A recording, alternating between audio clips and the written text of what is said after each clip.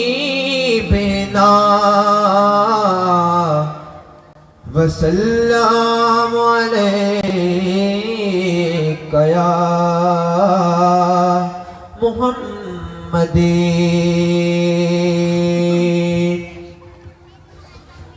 हम भी मदीने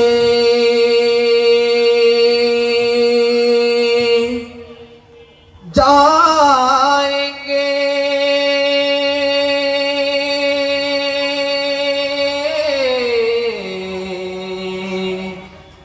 आज नहीं तो कल से आका हमें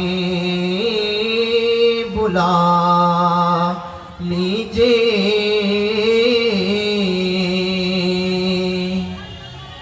हम मुर्शिद के साथ चले आए आज ही नहीं तो कल सहर पढ़िए सल्ले अला रसूलना सल्ले अला मुहम्मदीन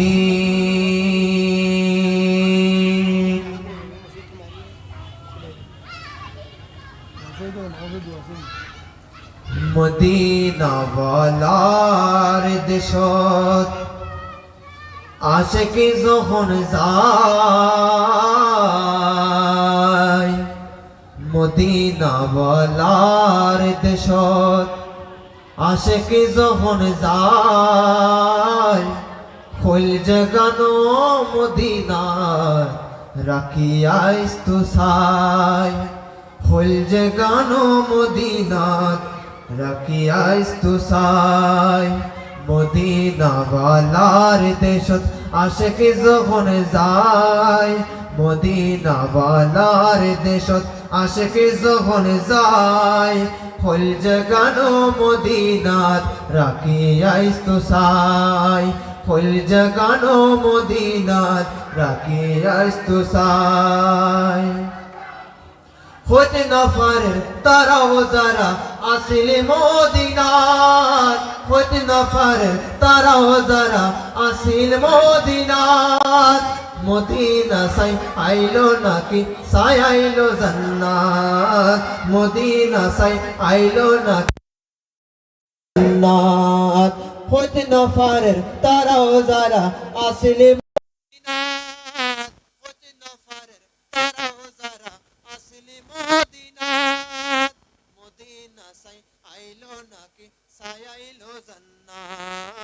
মদিনা সাই আইলো নাকি সাই আইলো জান্নাত খোদার দেশ খোদার দুনিয়া তার সাইবার কিছু নাই খোদার দুনিয়া তার সাইবার কিছু নাই হইল জাগানো মদিনাত রাখিয়াইস তো সাই হইল জাগানো মদিনাত রাখিয়াইস তো সাই মদিনা ওয়ালার দেশত আশিকি যখন যায় হইল জাগানো মদিনাত রাখিয়াইস তো সাই আসসালামু আলাইকুম ওয়া রাহমাতুল্লাহি ওয়া বারাকাতুহু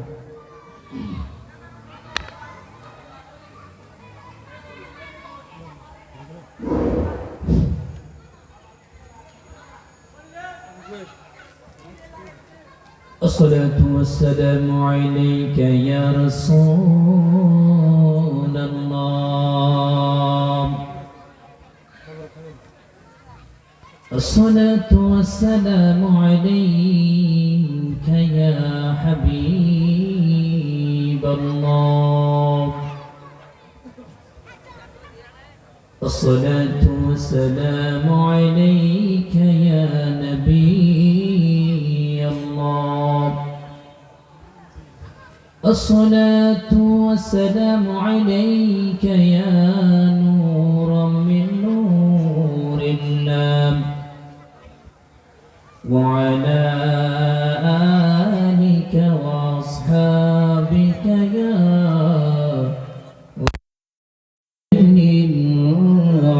العالمين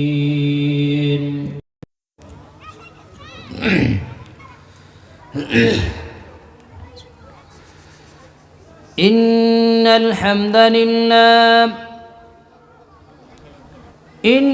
الحمد لله الأكرم الذي خلق الإنسان وكرم وعلمه من البيان ما لم يعلم وسبحان الذي لا يحصى امتنانه باللسان ولا بالقلم نشهد أن لا إله إلا الله وحده لا شريك له ونشهد أن سيدنا وسندنا وحبيبنا وطبيبنا ومولانا محمدا عبده ورسوله الذي أرسله بالحق بشيرا ونذيرا وداعيا إلى الله بإذنه وسراجا وقمرا منيرا فقد قال الله تبارك وتعالى في كلامه المجيد وفرقانه الحميد فأعوذ بالله من الشيطان الرجيم بسم الله الرحمن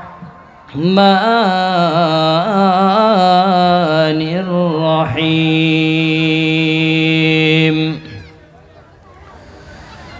إن الله وملائكته يصلون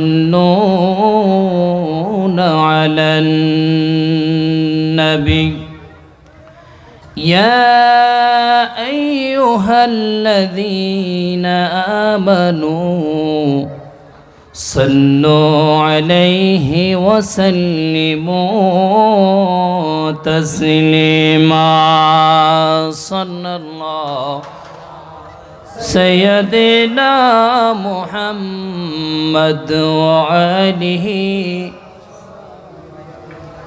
একটু জোরে মোহাব্বতের সাথে বলতে হবে আমরা প্রত্যেকে আশিক রাসূল ঠিক কিনা তো যে নবীকে মোহাব্বত করি যে নবীকে ভালোবাসি এই নবীর মোহাব্বতে দুরূদ পড়তে আমাদের কি কষ্ট হয় এই নবীজির মোহাব্বতে যখন দুরূদ পড়বেন ঠান্ডা পড়তেছে উপর থেকে আপনার কুয়াশা ঝরতেছে যখন আপনার মন প্রাণ উজাড় করে মোহাব্বত নিয়ে যখন আমার নবীর উপর দুরূদ পড়বেন তখন আপনার শরীরে যে জিনিসগুলো আছে এগুলো পর্যন্ত খুলতে হবে আজকে আপনাদের ঠান্ডা লাগতেছে ঠিক না এগুলো লাগতেছে কেন কারণ আমাদের মধ্যে জজবা নাই ঠিক কি না এই জন্য একটু জোরে সুরে মোহাব্বতের সাথে আওয়াজ করে একটিবার বলি আল্লাহুম্মা সাল্লি সাইয়্যিদিনা মাওলানা মুহাম্মদ ওয়া আলা সাইয়্যিদিনা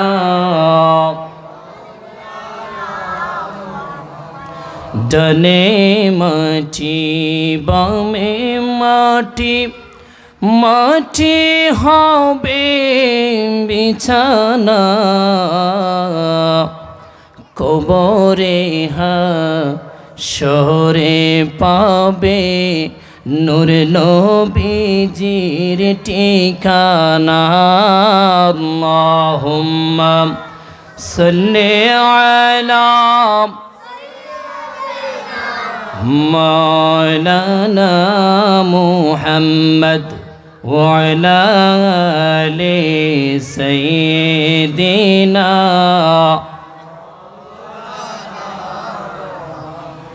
जाते हक से कबे जुदा है जाते महबूब खुदा जो है फरमा ने इलाही ओ है फरमा तेरा रसूल अल्लाहुम्मा सल्ले अला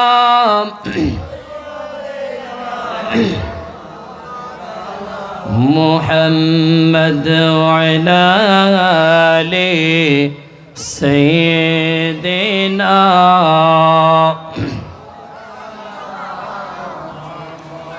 صلاة يا رسول الله عليكم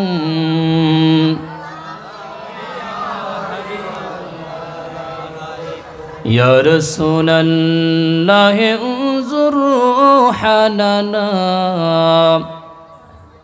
يا حبيب الله اسمع قالنا صلاة يا سلام يا حبيب الله أعوذ بالله من الشيطان الرجيم بسم الله الرحمن الرحيم وقضى ربك ألا تعبدوا إلا إياه وبالوالدين إحسانا إما يبلغن عندك الكبر أحدهما أو كلاهما فلا تقل لهما أف ولا تنهرهما وقل لهما قولا كريما صدق الله مولانا العظيم وصدق رسوله النبي الحبيب الكريم ونحن على ذلك لمن الشاهدين والشاكرين مولا صل وسلم وبارك عليه অধ্যক্ষার আয়োজিত পশ্চিম দল আব্দুর রহমান ট্যান্ডল বাড়ি কাদরিয়া সিস্তিয়া তৈবিয়া স্মৃতি সংসদের ব্যবস্থাপনায় এলাকাবাসীর সহযোগিতায়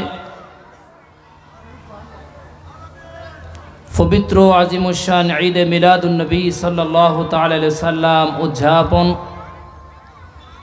এবং ফাতিহা ইয়াজদাহুম উদযাপন উপলক্ষে এবং এলাকাবাসীর মরহুমাদের ইসালে সোয়াবের উদ্দেশ্য নিয়ে এই আজিমুশান সুন্নি সম্মেলনের সম্মানিত সভাপতি বিশিষ্ট সমাজসেবক জনাব মোহাম্মদ আব্দুল মান্নান সাহেব বারাকাল্লাহু ফি হায়াতি, আমার সামনে পাশে ডানে বামে বসা মুরব্বিয়ান ইকরাম, যুবক নওজোয়ান ভাইরা, স্নেহতুল্য ছোট ছোট ভাইরা, মাইকের আওয়াজ যতটুকু যাচ্ছে, যারা আজকের এই মাহফিল শুনতেছেন, পর্দার অন্তরালে মুস্তারাদ মুহতারামা সম্মানিতা মা বোনেরা, আসসালামু আলাইকুম ওয়া রাহমাতুল্লাহি ওয়া বারাকাতুহু। আল্লাহ রাব্বুল আলামিনের জাল্লা শানুহুর দরবারে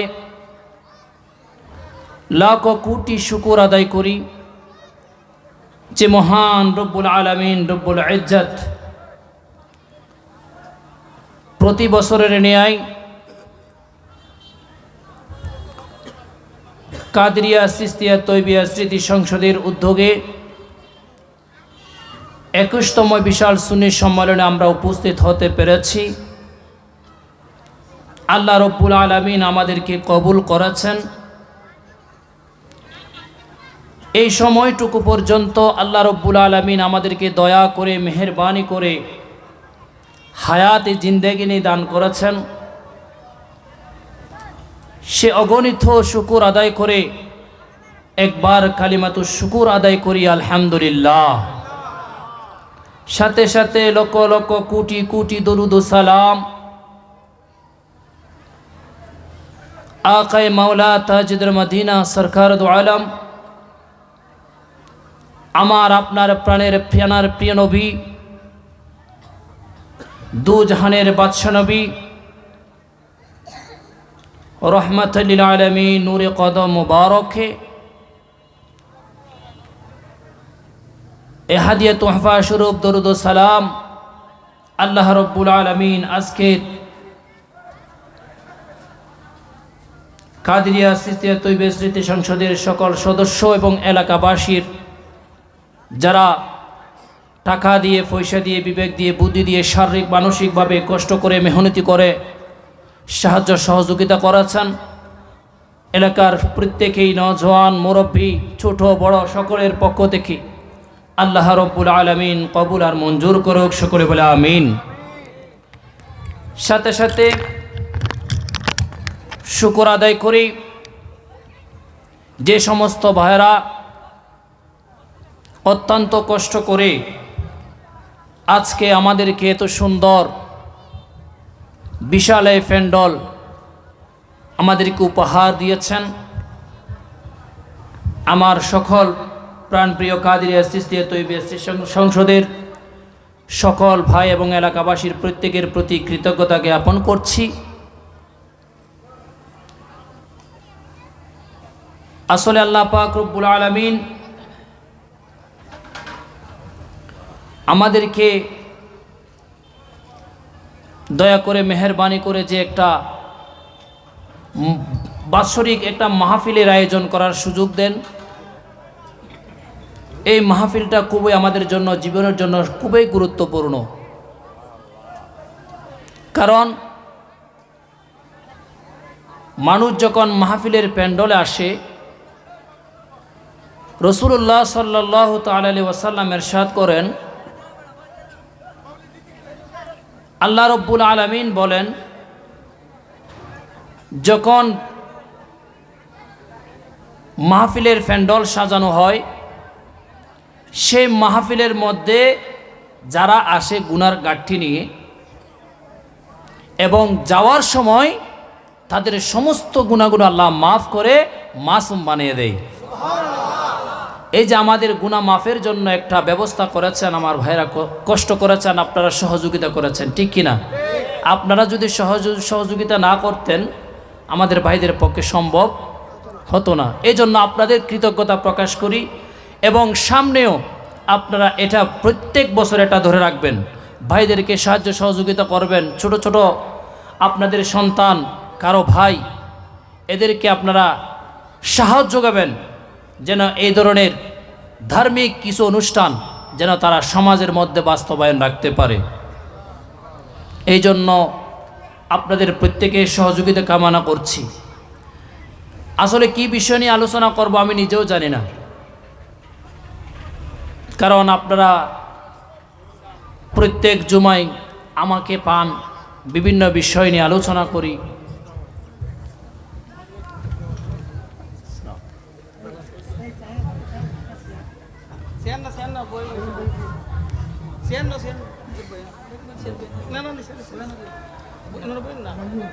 صلاة يا رسول الله عليكم سلام يا حبيب الله। তো সেই জন্য আল্লাহ রব্বুল আলামিনের কৃপায় আমি আপনাদের সামনে সূরা বনী ইসরাইলের একটি আয়াতে কারিমা তিলাওয়াত করেছি। আল্লাহ রব্বুল আলামিন জাল্লা শানহু এই আয়াতে কারিমা আমাদের জন্য খুবই গুরুত্বপূর্ণ, কারণ বর্তমান সমাজ এমন অবস্থা হয়ে গেছে যে সন্তানরা মা বাবাকে সম্মান করতে জানে না। একটি সময় ছিল বাবা যে দোকানে বসে থাকে সন্তান সেই দোকানের সামনে দিয়ে হাঁটতো না, ঠিক কি না? বাবার কাছ থেকে অনেক দূরে থাকতো, কারণ না জানি অজান্তে বাবার সাথে বেয়াদবি হয়ে যায়। কিন্তু এখন বাবা যদি দোকানে বসে থাকে সন্তান ওই দোকানে গিয়ে সিগারেট খুঁজে, ঠিক কি না? সেই জন্য খুবই গুরুত্বপূর্ণ বিষয়। আমরা মনে করতেছি মা বাবা এটা কি জিনিস, অথচ এটা যে বিশাল বড় জিনিস এটা আমরা নিজেরাও জানি না, ঠিক কি না? আপনার সন্তান আপনি যদি মা বাবার সাথে নাফরমানি করেন, মা বাবা অসন্তুষ্ট হয়, এমন কাজকর্ম যদি আপনি করেন, তাহলে সারা দিন সারা জীবন ঘন্টার পর ঘন্টা আপনি সিজদায় পড়ে কান্নাকারি করলেন, আল্লাহ রব্বুল আলামিন কখনো কবুল করবে না। আপনার ইবাদত, আপনার ঈমান, আপনার আমল সব কিছু আল্লাহ তখনই কবুল করবে যখন তুমি তোমার মা বাবাকে সন্তুষ্ট রাখতে পারবে। আওয়াজ দিয়ে বলুন সুবহানাল্লাহ। এই জন্য আল্লাহ রব্বুল আলামিন সূরা বনী ইসরাঈল বর্ণনা দিচ্ছেন, ওয়াকাদা রাব্বুকা আল্লা তা'বুদু ইল্লা ইয়্যা ওয়া বিল ওয়ালিদাইনি ইহসানা। তোমার রব, তোমার সৃষ্টিকর্তা, তোমার পালনকর্তা তোমার জন্য ফয়সালা করে দিয়েছেন তুমি একমাত্র আল্লাহর ইবাদত ছাড়া, আল্লাহকে সিজদা করা ছাড়া আর কাউকে সিজদা করা যাবে না। আল্লাহর ইবাদত করা ছাড়া আর কারো ইবাদত বন্দেগী করা যাবে না।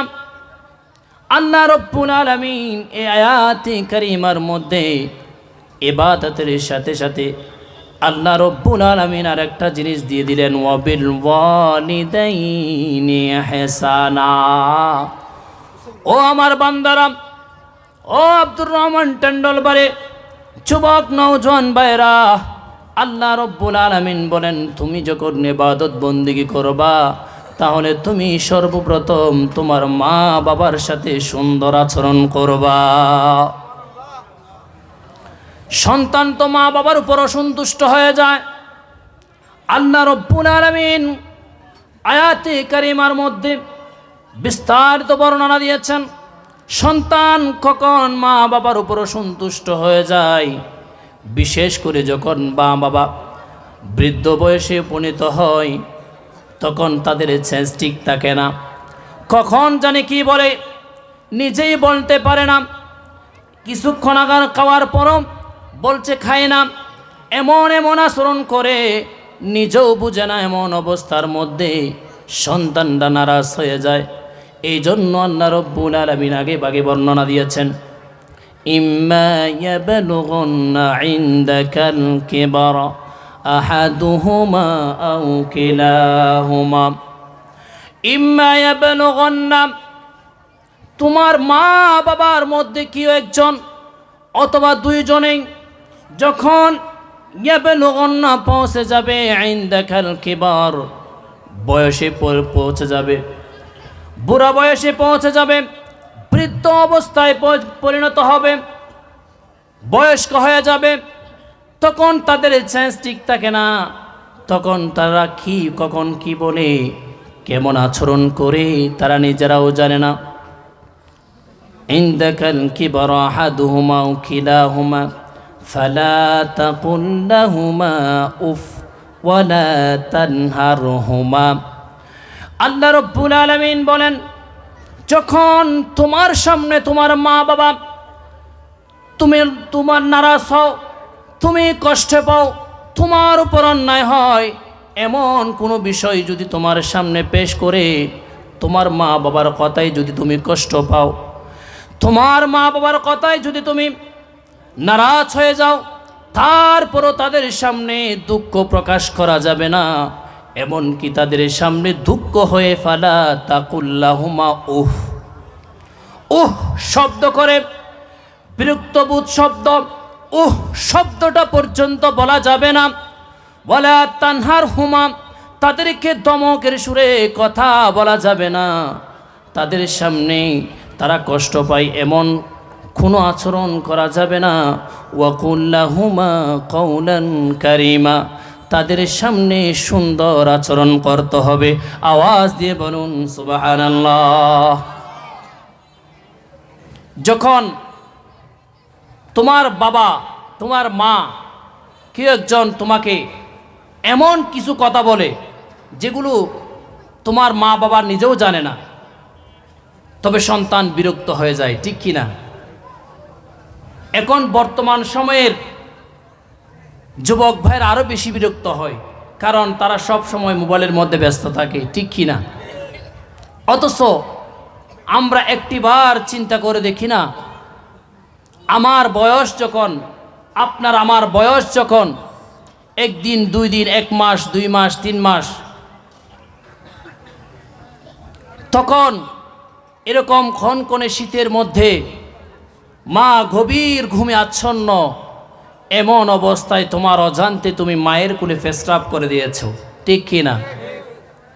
এরকম ঠান্ডার মধ্যে যদি কেউ কারো গায়ের উপর পানি সিট নিক্ষেপ করে, তখন কি বলে? আমাদের সিটে গিয়ে সে একটি কথা বলে না যে আর পানি ন মারি চুরি মারলে বহুত ভালো হইতো, ঠিক কি না? এত কষ্ট লাগে। এরকম ঠান্ডার মধ্যে তুমি তোমার মায়ের কোলে পেশাব করে দিয়েছো, মা কখনো বিরক্ত হয় নাই, তোমাকে ছুড়ে নিক্ষেপ করে নাই, দূরে ঠেলে দেয় নাই। বান্দা একটিবার চিন্তা করে দেখো সে কোন মা? আওয়াজ দিয়ে বলেন ঠিক কিনা? আজকে তুমি, তোমার শক্তি আছে, সামর্থ্য আছে, তুমি বিবাহ করেছ, তোমার বউ আছে, এখন বউর কথায় তুমি মায়ের উপর নারাজ, বউয়ের কথায় মা বাবার সাথে তুমি আলাদা হয়ে যাও, পৃথক হয়ে যাও। অথচ তোমার বউ যে তোমাকে আজকে স্বামী হিসেবে গ্রহণ করেছে, তারা যদি তোমাকে সুন্দরভাবে লালন পালন না করে, তোমাকে যদি রাস্তাঘাটে ছেড়ে দিত, সেই মেয়েটা আজকে, যেই মেয়েটা, যে সৌদরি বংশের মেয়ে তোমাকে স্বামী হিসেবে গ্রহণ করেছে, যে উকিল ম্যাজিস্ট্রেটের মেয়েটা তোমাকে আজকে স্বামী হিসেবে গ্রহণ করেছে, সেই যোগ্যতম সন্তান হিসেবে তোমাকে গঠন করেছে তোমার মা বাবা। আওয়াজ দিয়ে বলেন ঠিক কিনা? আজকে তোমার যোগ্যতা হয়েছে, তুমি ডাক্তার হয়েছো, ইঞ্জিনিয়ার হয়েছো, মাস্টার হয়েছো, মাস্টার্স পাস করেছো, ভালো ইঞ্জিনিয়ারিং কলেজে পড়ে ইঞ্জিনিয়ার হয়েছো, আজকে সেটা পড়ে তুমি তোমার মা বাবাকে বৃদ্ধাশ্রমে পাঠাও। বান্দা কত বড় অকৃতজ্ঞ, ঠিক কিনা? এই জন্য আল্লাহ রব্বুল আলামিন বলছেন, তুমি আমার ইবাদত বন্দেগী করবা, এর আগে তোমার মা বাবার সাথে তুমি সুন্দর আচরণ করো। আওয়াজ দিয়ে বলুন না সুবহানাল্লাহ। মা বাবাকে অসন্তুষ্ট করে কখনো কারো ইবাদত জিন্দেগি তো কবুল হবে না। আগে সর্বপ্রথম মা বাবাকে ঠিক রাখতে হবে। আশিকে রাসূল হতে গেলে সর্বপ্রথম মা বাবার সাথে সুন্দর আচরণ করতে হবে, মা বাবার লালন পালন সুন্দরভাবে তাদের দায়িত্ব পালন করতে হবে। আওয়াজ দিয়ে বলেন ঠিক কিনা? কারণ মা বাবাকে অসন্তুষ্ট করে আশিকে রাসূল হওয়া যায়। রাসূলুল্লাহ সাল্লাল্লাহু তাআলা আলাইহি সাল্লাম একদিন মিম্বরের মধ্যে উঠতে লাগলেন। এমন অবস্থার মধ্যে প্রথম সিঁড়ির মধ্যে আমার নবী পা মুবারক রাখলেন, বললেন আমিন। দ্বিতীয় সিঁড়ির মধ্যে পা রাখলেন, আবার বললেন আমিন। তৃতীয় সিঁড়ির মধ্যে পা মুবারক রাখলেন, আবার বললেন আমিন। সাহাবায়ে কেরাম জিজ্ঞাসা করলেন, ইয়া রাসূলুল্লাহ, ইয়া হাবিবাল্লাহ, ফিদাকা আবি ওয়া উম্মি, আমাদের মা বাবা আপনার কদমে কুরবানি হোক। ইয়া রাসূলুল্লাহ, এমন পরিস্থিতি তো কখনো দেখি নাই। আজকে আপনি প্রতিটা সিঁড়ির মধ্যে উঠতে লাগলেন এবং আমিন আমিন বলতে লাগলেন। এটার কাহিনী কি? আমার নবী বললেন, যখন আমি প্রথম সিটির মধ্যে পা রাখলাম, সাথে সাথে জিব্রাইল আমিন আলাইহিস সালাম আসলেন। জিব্রাইল আমিন বললেন, ইয়া রাসূলুল্লাহ, আপনার উম্মতের মধ্যে যখন যা কেউ রমজান মাসের রোজাগুলো পাবে, এরপরে নিজের গুনাহগুলো ক্ষমা করতে পারবে না, নিজের রোজাগুলো আল্লাহর দরবারে কবুল হবে না, এমন সব আমল করবে, রোজাটা হেলাই দুলাই পার করে দিবে। রমজান মাস পাওয়ার পরও নিজের গুনাহ মাফ করাইতে পারে নাই, ওই ব্যক্তির উপর লানত। আমার নবী বললেন আমিন। দ্বিতীয় সিটির মধ্যে পা রাখলাম, জিব্রাইল আমিন আবার বললেন, ইয়া রাসূলুল্লাহ, আপনার উম্মতের মধ্যে কোনো ব্যক্তি যদি মা বাবার নাফরমানি করে, মা বাবাকে মনের মধ্যে কষ্ট দেয়, তার উপর আল্লাহর লানত। আমার নবী বললেন আমিন। এরপরে তৃতীয় সিঁড়ির মধ্যে পা রাখলেন, এমন অবস্থার মধ্যে আমার নবী বললেন আমিন। যখন আমি তৃতীয় সিঁড়ির মধ্যে পা রাখলাম, জিব্রাইল আমিন বললেন, ইয়া রাসূলুল্লাহ, আপনার উম্মতের মধ্যে আপনার উম্মতরা যদি কেউ আপনার নাম মোবারক নেয়, নাম মোবারক শোনার পরও বলার পরও আপনি নবীর উপর দরুদ পড়বে না, ওই ব্যক্তির উপর আল্লাহর লানত। আমি নবী বললাম আমিন। আওয়াজ দিয়ে বলুন না সুবহানাল্লাহ। কয়টা জিনিস পাইলেন? কয়টা? তিনটা জিনিস পাইলেন। প্রথম নম্বর, রমজান মাসে ইবাদত করে নিজের গুনাহ মাফ করাইতে হবে, নয় আল্লাহর, এটা আল্লাহর ইবাদত, ঠিক কি না? অর্থাৎ আল্লাহর ইবাদতের প্রতি জোর দিয়েছেন। দ্বিতীয় নম্বর, আবার কি বলেছেন? মা বাবার সাথে যারা নাফরমানি করে, যারা মা বাবাকে কষ্ট দেয়, ওই ব্যক্তির উপর আল্লাহর লানত, ঠিক কি না? আবার তৃতীয়বার বললেন, যে নবীর উপর দরুদ পড়ে না, তার উপর আল্লাহর লানত। আওয়াজ দিয়ে বলুন না সুবহানাল্লাহ। সুতরাং আল্লাহ ওয়ালা হতে গেলে মা বাবার কি করতে হবে? মা বাবার সাথে সুন্দর আচরণ করতে হবে, মা বাবাকে রাজি খুশি রাখতে হবে। নবীর আশেক হতে গেলেও মা বাবার সাথে সুন্দর আচরণ করতে হবে। আওয়াজ দিয়ে বলুন না সুবহানাল্লাহ। এই জন্য যুবক ভাইরা, আজকে কাদিরিয়া চিশতিয়া তৈবিয়া সৃষ্টি সংসদের এই বিশাল সুন্নি সম্মেলন থেকে আজকে ওয়াদা করে যাবেন, আজকের পর থেকে মা বাবা কষ্ট পায় এমন কোনো আচরণ করব না। আওয়াজ দিয়ে বলেন ঠিক কিনা?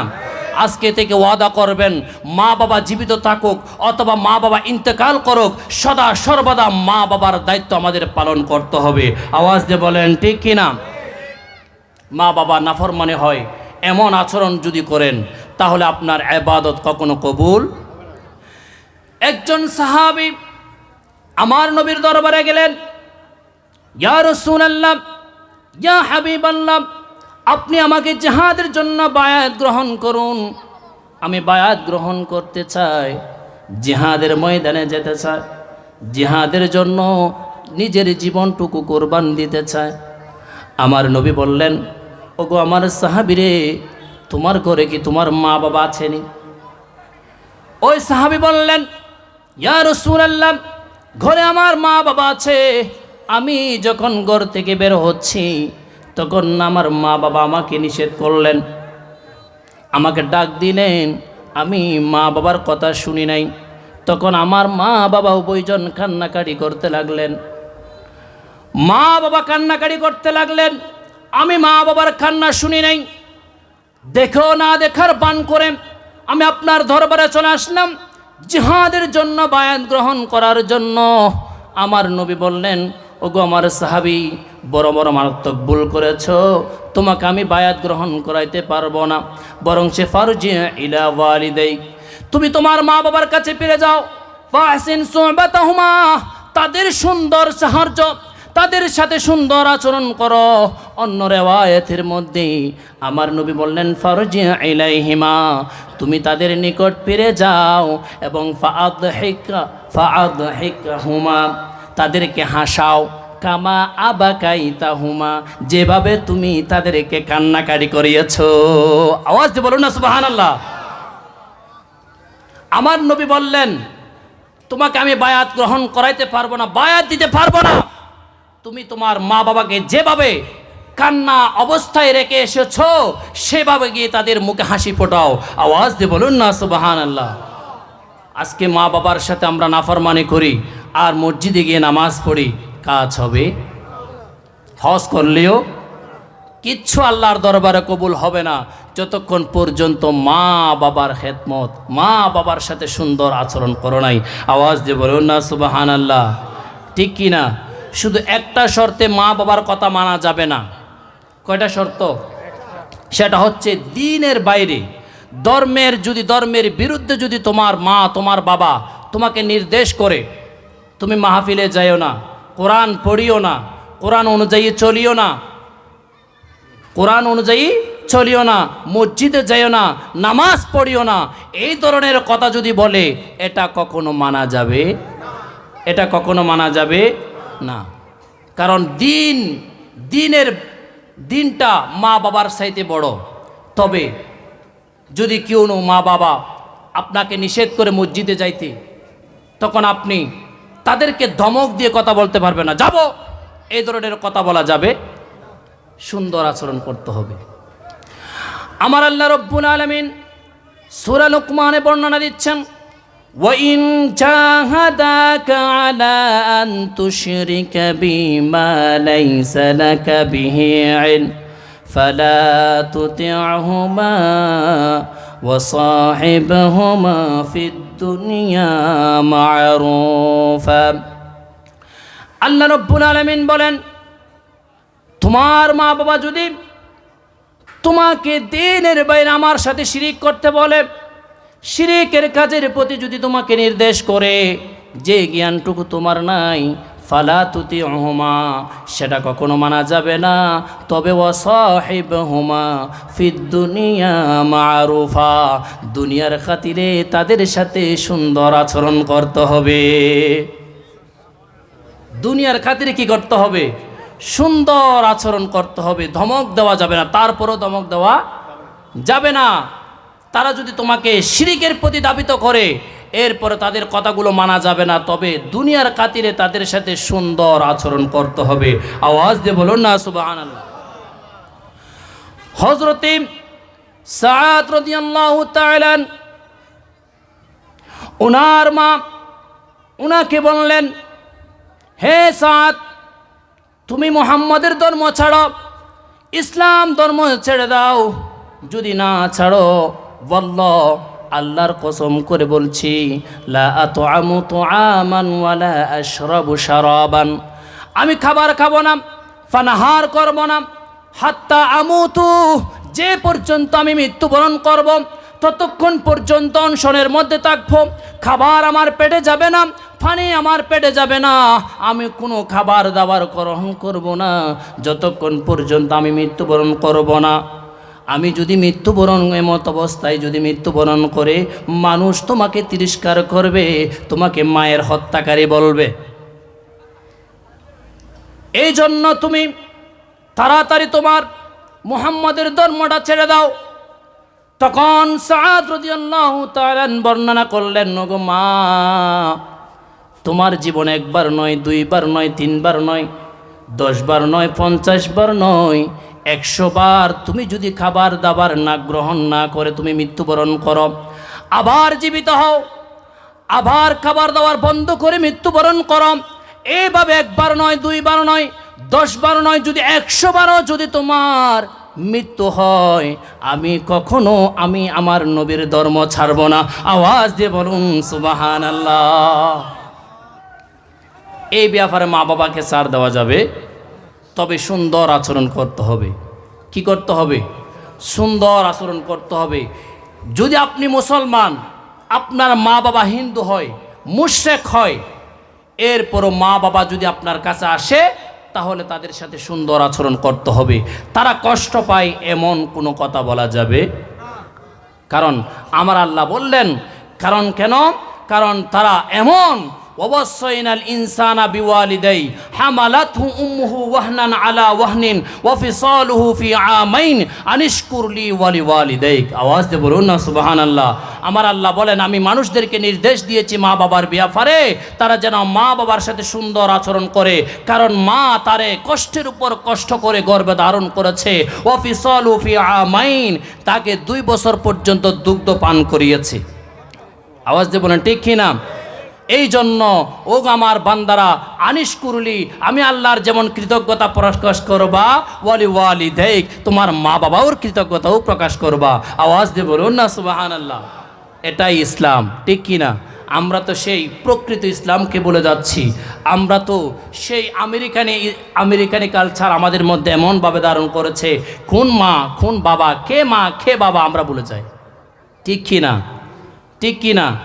আজকের যুবক ভাইদের উদ্দেশ্যে কথা থাকবে, আপনার বউ তোমাকে যতই কানের ভিতর ঘ্যান ঘ্যান করে তোমার মা বাবার বিরুদ্ধে বলো, সে কথা শোনার টাইম নেই, ঠিক কিনা? মা বাবার বিরুদ্ধে কথা বলার কোনো টাইম চান্সও দেওয়া যাবে না। মা বাবা এটা মা বাবা। আপনার বউ আজকে হয়তো আছে যতক্ষণ পর্যন্ত তালাক প্রাপ্ত হয় নাই, ঠিক কিনা? ততক্ষণ পর্যন্ত, যতক্ষণ পর্যন্ত তোমার বউ ততক্ষণ পর্যন্ত তোমার প্রিয়, ঠিক কিনা? কিন্তু তুমি যার হোক না কেন, সদা সর্বদা তুমি যদি মৃত্যুবরণ করেও তারপরও তুমি তোমার মা বাবার প্রিয় সন্তান, ঠিক কিনা? তুমি যখন মারা যাবে তোমার বউ আরেকজনের সাথে বিবাহ বন্ধন আবদ্ধ হবে, কিন্তু তোমার মা বাবা চোখের পানি ফেলতে থাকবে, ঠিক কিনা? সেই মায়াকে তুমি কষ্ট দাও। আজকে ফেসবুক খুলে দেখলে বোঝা যায়, আহারে সন্তান বাবাকে কিভাবে কতল করে, হত্যা করে, মা বাবার উপর নির্যাতন করে।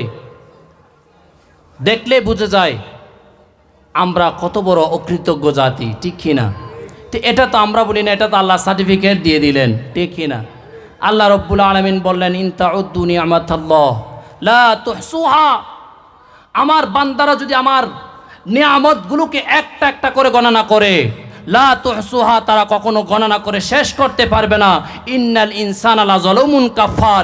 এরপরে তো নিয়ামত রাজি দেওয়ার পরও এই মানুষগুলো বড় জানি অকৃতজ্ঞ, বড় জালেম। কে বললেন? আমার আল্লাহ বললেন, ঠিক কি না? আমাদেরকে কে খাওয়ায়? আপনার আমাকে যদি অক্সিজেন বন্ধ করে দেয় বাঁচবেন? আপনার গলার যদি এমন অবস্থা করে যে আপনি খাইতে চাইলেও খাইতে পারবেন না, কেউ খাওয়াইতে পারবে? তেতটুকু পর্যন্ত সুস্থ রেখেছেন, মসজিদে যান না কেন? যে আল্লাহ আপনাকে রিজিক দিচ্ছে, যে আল্লাহ আপনাকে শ্বাস প্রশ্বাস দিয়ে এখনো পর্যন্ত জীবিত রেখেছে, সে আল্লাহর ইবাদত কি করবেন না? সে আল্লাহর কৃতজ্ঞতাকে প্রকাশ করবেন না? এখনো পর্যন্ত কেন আপনারা ঘরে বসে থাকেন? কেন মসজিদগুলো খালি থাকে? শুধু জুমার দিন এক বেলা 2 ওয়াক্ত নামাজ পড়ার জন্য যান। অনেকবার বলেছি, শুধু 2 ওয়াক্তে নামাজের জন্য আসিয়েন না, 2 রাকাত নামাজ পড়ে আসিয়েন না, 2 রাকাতের পরে 4 রাকাত সুন্নত আছে, এটাও পড়িয়েন, ঠিক কিনা? কিন্তু কে শুনে কার খায়নি? আমরা শুধু 2 রাকাতের জন্য যাই। এমন মুসল্লি, এমন সুনামধন্য মুসল্লি আমাদের এলাকায় আছে না? আপনাদের এলাকায় আছে কি না? বেশি আছে, ঠিক কি না? অনেকবার জুমার আলোচনার মধ্যে এটা এনেছি, বলেছি, বুঝেছি। 4 রাকাত নামাজ পড়তে অতি জোর 5 মিনিট সময় লাগবে, অত সেই 5 মিনিটে তুমি বাইরে দাঁড়িয়ে আড্ডা দাও, ঠিক কিনা? অনেকে দেখতে পাই মসজিদ থেকে বের হতে যে সময়, ওই সময় আমাদের সুন্নত শেষ হয়ে যায়, মানে ঠেলাঠেলি এত বেশি। তা আপনি ঠেলাঠেলি না করেন, অন্তত পক্ষে কী করেন? 4 রাকাত সুন্নতটা পড়ে, এটারও সময় নাই, ঠিক কিনা? তো আমরা মা বাবার অবাধ্য মা বাবার সাথে এরকম নাফরমানি করব না কেন, যেখানে সৃষ্টিকর্তার সাথে নাফরমানি করি, ঠিক কিনা? এই জন্য নামাজ যেমন আপনার ফরজ, মা বাবার সাথে সুন্দর আচরণ করো ফরজ। মা বাবার সাথে নাফরমানি করলে আপনার যতই আশেকে রসুল দাবি করেন আমার নবীর দরবারে কবুল হবেন না, ঠিক কি না? যদি মা বাবার সাথে সুন্দর আচরণ করেন তাহলে আমার নবী তোমাকে অ্যাকসেপ্ট করবে, ঠিক কি না? না বানোয়াট কথা? আপনারা প্রত্যেকেই জানেন, আমার চাইতে ভালো জানেন। জানেন কি না কার নাম? হজরতে ওয়াইজুল করনী রহমাতুল্লাহ আলাই। জানেন কি না কাহিনীগুলো? জানেন কি না? যার বর্ণনা আমার প্রাণের নবী নূরানি জবান দিয়ে সাহাবায়ে কিরামদেরকে বর্ণনা দিচ্ছেন। মসজিদের মধ্যে আমার উম্মতের মধ্যে এমন কিছু মানুষ আছে যাদের পোশাক ঠিক নেই, যাদের চুল ঠিক নেই, যাদের দাড়ি ঠিক নেই, তাদেরকে দেখে মানুষ পাগল মনে করে, অথচ তারা আল্লাহর দরবারে এত বড় কবুল হয়েছে। যখন তারা আল্লাহর দরবারে হাত উঠায় হুটাতে দেয়, আল্লাহ তাদের দোয়া কবুল করতে দেরি করে না। আওয়াজ দিয়ে বলুন না সুবহানাল্লাহ। তাদের মধ্যে একজনের নাম হলো ওয়াইজুল করনী। আমার নবী যখন এই কথা বললেন, হযরত ওমর রাদিয়াল্লাহু তাআলা বললেন, হায় হায়, আমাদেরকে তো জান্নাতের সার্টিফিকেট দিয়ে দিয়েছে, আমরা তো সব সময় নবীর দরবারে থাকি, সব সময় ইবাদত করি,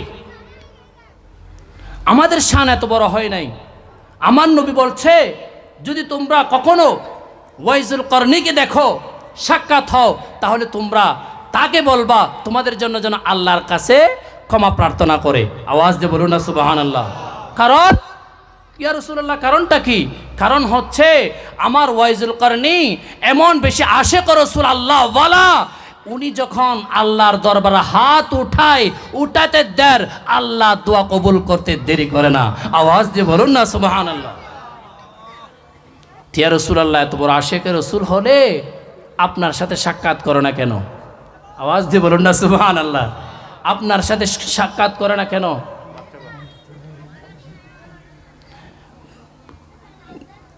আমার সাথে আপনার সাথে সাক্ষাৎ করো না কেন? এই কথা বলার সাথে সাথে আমার নবী বললেন, উনি তো এমন অবস্থায় আছে যে আমার সাথে কখনো তার সাক্ষাৎ হবে না। কারণটা কেন? কারণ সে নিজের অন্ধ মায়ের সেবায় নিয়োজিত। আওয়াজ দিয়ে বলুন না সুবহানাল্লাহ। কারণ আমার দরবারে আসার চাইতে তার উপর ফরজ হচ্ছে তার অন্ধ মায়ের সেবা করা। আওয়াজ দিয়ে বলুন সুবহানাল্লাহ। এই জন্য আমরা প্রত্যেকেই আজকের এই বিশাল সুন্নি সম্মেলন থেকে ওয়াদাবদ্ধ হব, ওয়াদা করে যাব, আজকের পর থেকে যতদিন বাঁচব, আমার মা বাবা যতদিন বাঁচবে, ততদিন তাদের সামনে উঁচু গলায় কথা বলবো না, ঠিক কি না? ওয়াদা কারা কারা করতে পারবেন? কারা কারা করতে পারবেন? হাত উঠান। মিথ্যা কথা বলেন না দয়া করে। যারা পারবেন না দরকার নেই, কারণ আপনি পারবেন না সেখানে আপনি হাত উঠাইলেন, একবার পারবেন না এটা মিথ্যা কথা, আবার ওয়াদা করলেন সেটা আরেকটা মুনাফিকি, ঠিক কি না? যারা পারবেন তারা হাত উঠাবেন। আল্লাহ রব্বুল আলামিন আমাদের প্রত্যেকে মা বাবার খেদমত করার, আশিক রাসূল হিসেবে নিজেকে পরিচয় দেওয়ার, ৫ ওয়াক্ত নামাজ বা জামাতা আদায় করার তৌফিক দান করুক। সকল বলা আমিন। ওয়া আখিরু দাওয়ানা আলহামদুলিল্লাহি রাব্বিল আলামিন। আসসালামু আলাইকুম ওয়া রাহমাতুল্লাহি ওয়া বারাকাতুহু। মারহাবা মারহাবা। এতক্ষণ যাবত আপনাদের সম্মুখে ইমানি, রুহানি ও গুরুত্বপূর্ণ তকরির পেশ করলেন আজকের এই সুন্নি সম্মেলনের সম্মানিত প্রধান ওয়াজির হযরত সৈয়দ মীর আব্দুর রহিম স্যার, জামে মসজিদের সম্মানিত খতিব হযরতুল হাফেজ মাওলানা মোহাম্মদ হুসেন আল কাদের মাদাজিলহুল আলী। এখন আপনাদের সম্মুখে